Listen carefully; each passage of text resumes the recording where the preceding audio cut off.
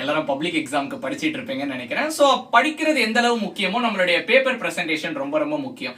அதுக்கு நமக்கு ரொம்ப ஹெல்ப் பண்ண போறதுன்னு கேட்டீங்கன்னா நீங்க யூஸ் பண்ண போற பென். ஸோ நீங்க 10th ஸ்டாண்டர்ட் ஸ்டூடெண்டா இருக்கலாம், 11th இருக்கலாம், 12th இருக்கலாம். நீங்க 10th இருந்தீங்கன்னா இது வரைக்கும் நீங்க பப்ளிக் எக்ஸாம் எழுதிருக்க மாட்டீங்க. 11th 12th you have prior public exam experience. So எப்படி அந்த பப்ளிக் எக்ஸாம் பேப்பர் இருக்கும் எல்லாமே உங்களுக்கு தெரியும். என் கையில பாத்தீங்கன்னா ஒரு 3 டைப் ஆஃப் பென் நான் வந்து வச்சிருக்கேன். இதுல எது பெஸ்ட் நான் சொல்ல போறேன் வித் ப்ரூஃபோட. அண்ட் ஒன் மோர் திங் நான் உங்களுக்கு சொல்ல விரும்புறேன். இன்னைக்கு நீங்க எக்ஸாம் எழுதுறீங்கன்னு வைங்களேன், உடனே அடுத்த நாள் தான் உங்களுக்கு எக்ஸாம் பேப்பர் கரெக்ட் பண்ண மாட்டாங்க. ஸோ 1 month ஆகும். அந்த 1 monthக்குள்ள உங்களுக்கு உங்க பேப்பர் எந்தெந்த டிஸ்ட்ரிக்ட்டுக்கோ போறதுக்கு சான்சஸ் இருக்கு. ஸோ உதாரணத்துக்கு நீங்க இப்ப தூத்துக்குடியில எழுதுறீங்கன்னா அது மேபி ஒரு கன்னியாகுமரி, ஒரு திருநெல்வேலி, இந்த மாதிரி வேற டிஸ்ட்ரிக்ட்க்கு போறதுக்கான வாய்ப்புகள் அதிக அளவில் இருக்கு. அப்படி இருக்கும் போது நம்ம அந்த குவாலிட்டி பென்ல நம்ம எழுதணும். எதுல எழுதுனா நம்ம இம்ப்ரெஷன் கரெக்டா இருக்கும்னு சொல்லிட்டு தான் நம்ம வந்து பார்க்க போறோம். இதுல நான் எடுத்திருக்க கம்பேரிசன் என்னன்னு கேட்டீங்கன்னா, ஒரு ரீஃபில் பென் எடுத்திருக்கேன், ஒரு ஜெல் பென் எடுத்திருக்கேன், ஒரு இங்க் பென். இங்க் பென் பாத்தீங்கன்னா உங்களுக்கு இந்த கேட்ரேஜ் டைப்ல தான் நான் வந்து எடுத்திருக்கேன். நீங்க நார்மல் இங்க் பென் வச்சிருந்தாலும் சேம் அப்ளைஸ். ஓகேவா? ஃபர்ஸ்ட் இது ரீஃபில் பென் பாத்தீங்கன்னா நான் அந்த அளவு சஜஸ்ட் பண்ண மாட்டேன். ஏன்னு கேட்டீங்கன்னா அது அந்த அளவு இம்ப்ரெஷன் நல்லா எடுத்து தராது. அஃப்கோர்ஸ் ரீஃபில் பென் சில பேர் பாத்தீங்கன்னா ஹேண்ட் ரைட்டிங் ஃபாஸ்டா எழுதுவீங்க, நீங்க உங்களுடைய ரிவிஷன் எக்ஸாம் ஆஃப் எலிலாம் எழுதிருக்கலாம். பட் பப்ளிக்கு ரீஃபில் எக்ஸாம் எழுதாதீங்க. ஓகேவா? ஸோ ரீஃபில் எக்ஸாம் இந்த கண்டெக்ட்லேயே நம்ம வந்து கிடையாது. சேம் இது ஒரு ரீஃபில் டைப் தான். இப்போ நமக்கு அடுத்து இருக்க 2 ஆப்ஷன்ஸ் பாத்தீங்கன்னா ink pen and gel pen. இது ரெண்டுமே பாத்தீங்கன்னா very good options. But ink பென்ல நான் ஒரு சர்டன் டிராபேக் நான் வந்து பாக்குறேன். இன்னைக்கு பாத்தீங்கன்னா இன்னைக்கு டேட்ல இன்னைக்கு நான் ஒரு லெட்டர் நான் எழுதுறேன்னா அந்த லெட்டர் வந்து நல்லா இருக்கு, சூப்பரா இருக்கு, என்னால ஃபாஸ்டாவும் எழுத முடியுது. இங்க் ஏதோ லீக் அடிக்கல. ஏன்னா ஆப்வியஸ்லி கேட்ரிட்ஜ் பென் நமக்கு லீக் அடிக்கிறதுக்கான வாய்ப்புகள் கம்மி தான்.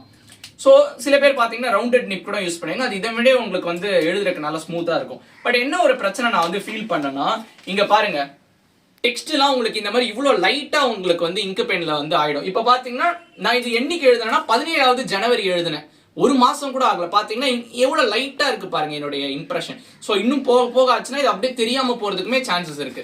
ஸோ இந்த டிஃபிகல்ட்டி பாத்தீங்கன்னா நான் 2 or 3 பென்ஸ் நான் வந்து ட்ரை பண்ணேன். இங்க் பென் கேட்ரிட்ஜ் பென் தான் நான் ட்ரை பண்ணேன். அதுல நான் வந்து ஃபேஸ் பண்ணேன். அண்ட் ஒன் மோர் டிஃபிகல்ட்டிஸ்லாம் உங்களுக்கு இருக்கு இங்க் பென்ல. என்னன்னு கேட்டீங்கன்னா, லைக் நீங்க இப்படியே வச்சு எழுதிட்டு இருக்கும் போது அந்த இங்க் பாத்தீங்கன்னா அப்படியே பேப்பர்ல ஊடுறதுக்கான சான்சஸ் இருக்கு.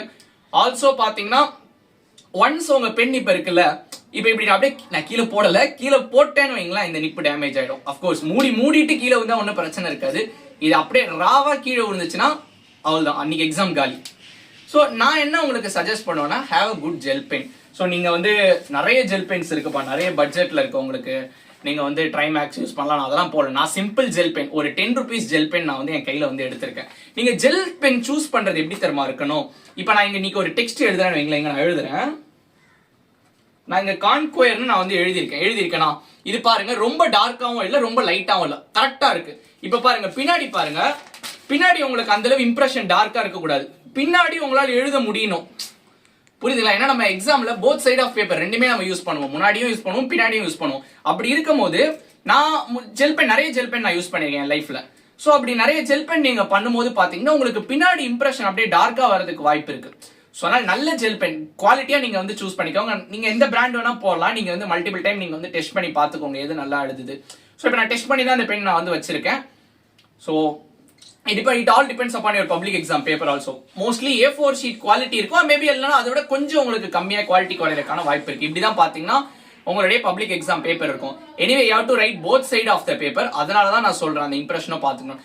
So at the same time பாத்தீங்கன்னா நீங்க ஜெல் பென் வந்து ரொம்பவும் லைட்டா எழுதக்கூடாது உங்களுக்கு. ஸோ ரொம்பவும் லைட்டாவும் எழுதக்கூடாது, ரொம்பவும் டார்க்காவும் எழுதக்கூடாது. ஓகேவா? ஸோ கரெக்டா அதாவது பின்னாடி இம்ப்ரெஷன் படாம நல்லா லெஜிபிளா விசிபிளா இருக்க மாதிரி நீங்க வந்து ஒரு பென் நீங்க வந்து சூஸ் பண்ணிக்கோங்க.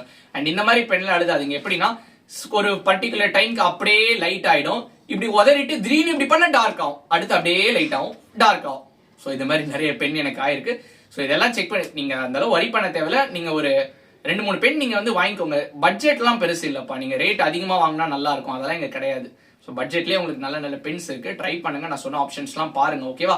ஸோ பென்னு ரொம்ப ரொம்ப முக்கியம். Make sure better you avoid refill pen. Refill pen பத்தி இங்க நான் கண்டெக்ஸ்டே எடுக்கல. ஸோ இங்க் பெனோட டிராபேக் நான் வந்து சொல்லிட்டேன். ஸோ இது நிறைய பேருக்கு நடந்திருக்கு, அதையுமே நான் சொல்லிட்டேன். ஸோ என்னுடைய சஜஷன் என்னன்னு கேட்டீங்கன்னா ஜெல் பென் தான். ஓகேவா? நம்ம சேனல் பாத்தீங்கன்னா உங்களுக்கு இந்த வீடியோ கொடுக்கறது மட்டும் இல்லாம நிறைய வீடியோஸ் நம்ம வந்து கொடுத்துருக்கோம். நீங்க செக் பண்ணீங்க தெரியும் உங்களுடைய 10th பப்ளிக் எக்ஸாம் எப்படி ப்ரிப்பேர் பண்றது, 11th எப்படி ப்ரிப்பேர் பண்றது, 12th ஸ்டாண்டர்ட்லாம் நம்ம தொடர்ச்சியா வீடியோ கொடுத்துட்டு இருக்கோம். ஸோ 11th and 12th உங்களுக்கு ஆல்ரெடி ஒரு பப்ளிக் எழுதிருப்பீங்க, அதனால உங்களுக்கு நான் பேசுற பாயிண்ட் இன்னும் நல்ல தெளிவா புரியும்னு நினைக்கிறேன். ஓகேவா? ஸோ அதனால் மறக்காம நம்ம சேனலை சப்ஸ்கிரைப் பண்ணிக்கோங்க. ஸோ நிறைய பேர் நம்ம இந்த வீடியோ எடுக்கிறதுக்காக நம்ம வந்து டெஸ்ட் பண்ணியிருந்தோம். So appreciate our efforts. நீங்கள் கமெண்ட் செக்ஷனில் வந்து கமெண்ட் பண்ணுங்கள், கண்டிப்பாக ஒரு கமெண்ட் பண்ணுங்கள். நீங்கள் என்ன பென்னு இது வரைக்கும் யூஸ் பண்ணீங்க ரிவிஷன் எக்ஸாம் ஆஃப் இயர்லிக்கு, அதை நீங்கள் வந்து கமெண்ட் பண்ணுங்கள், அதனுடைய எக்ஸ்பீரியன்ஸ் வந்து சொல்லுங்கள்.